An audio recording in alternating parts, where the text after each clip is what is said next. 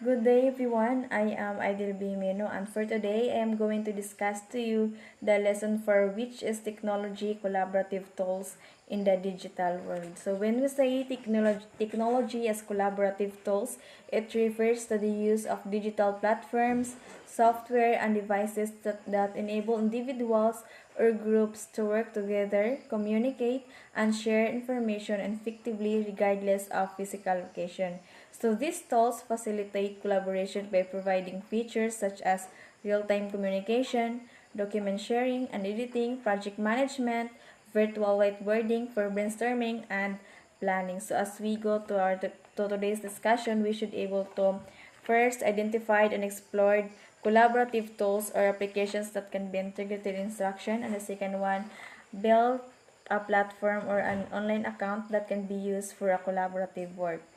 So, the learners of this generation are a new kind of breed, and it is important that teachers understand how to deal with them. They seem to thrive in collaborative learning. They like to connect to the social networking science. Since we are called digital natives, so as we expected, alam naman, kahit yung mga bata ngayon is they already have a Facebook account or TikTok account. So as a future teacher, we must understand our students or we should teach them how to use technology in the right way. So they like to be mobile either physical or virtually as they traverse from point to point or side to side.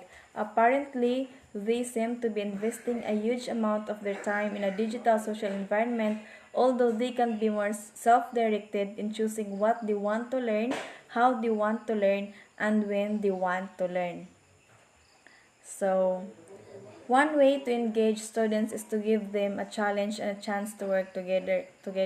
So as a future teacher, hindi lamang hanggang individual activity lamang ating ibibigay sa ating estudyante, but of course, dapat group activity din. And take note, if we are going to have or bigyan natin ng group activity or group work ang ating estudyante, it must be a challenging to them or of or challenging or hindi madali or hindi easy na kanilang gawin para students may continue the discussion and share information or come up with an agreement by texting, emailing, chatting, or using the online documents. So normally in a regular classroom, teachers may have discouraged students from conversing with classmates during individual work, but I think this is common issue in the classroom. So, but sometimes there are positive things that can come out of it as students talk about the task assigned to them or as they work themselves of a complicated task.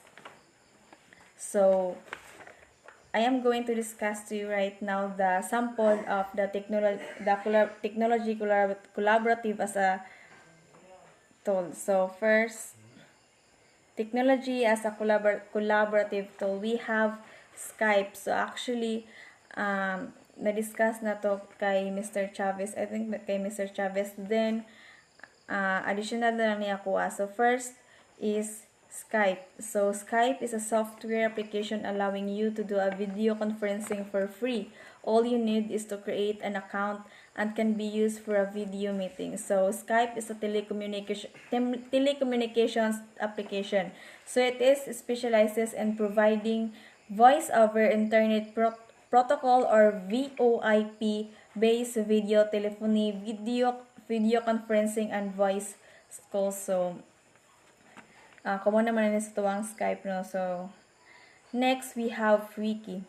Wiki is a software that allows you to create a page or a selection of pages designed to allow you to post or write, edit, or upload a link quickly. This is good when students need to work together to complete a task even if they are not physically together. So Wiki is a website that allows collaborative editing of its content and structure by its users. So it is a database for creating, browsing, and searching through information. So these websites is totally help us as a student to access and gain more information and data. So next we have blogging. So in blogging, it is journaling your ideas, to which others can react, allowing a thread of discussion to take place and which can be used online. It is the abbreviation of weblog. It would help if you provide direction when using a weblog. So, na-discuss na din ito kay Mr. Chavez. So, blogging is, it refers to writing, then photography and other media that self-publish online. So when we say self-publish, so it is your idea, your output, and your work. So blog or blogging are now loosely used for content creation and sharing on social media. So for me, the best example of blogging is yung katong app nga Brainly. So I know familiar na mo sa Brainly since pandemic or during pandemic mo niya itong ginagamit it helps us a lot since Brainly is kanang mga kasagara ang nag-publish na is yung mga estudyante like us. Then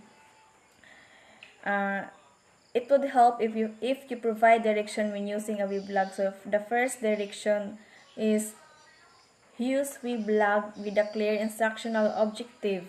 It is an opportunity to explore the skill of communicating ideas. The second one, guidance on what and how to post will be needed. So dapat alam mo kung ano ang iyong i-post or mga what and how to post to be needed. Then teach the students that the blogging is for educational purposes and is different from a personal blog. So hindi mo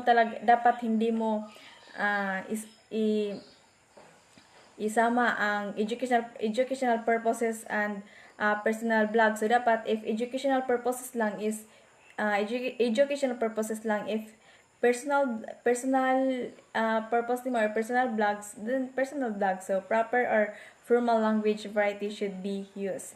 So of course dapat mga formal language imong gamiton ang imuhang gamiton diri sa blog as a student, of course.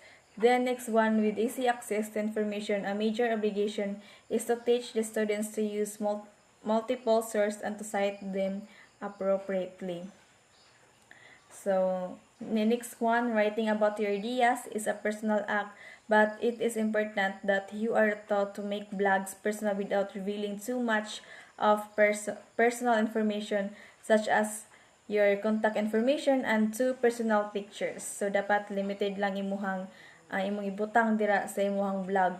So the last one we have, or it may help if you can look for very good examples of blogs. Then last one we have is Google Group or Google Form. I know familiar na mo sa Google Group or Google Form since I know kita na app aning natay application aning kaning Google Group or Google Form. So it is an application that can be used in a collaborative documentation of ideas contributed by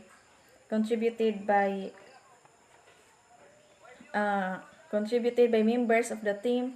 Having a Google account will come very handy and you can easily have access to a variety of applications. So it is an application that can be used in collaborative documentation of ideas. So it is a survey administration software included as part of the free web-based Google Docs editors offered by Google. So through Google Form, we can also gain a lot of ideas on opinions or information of everybody.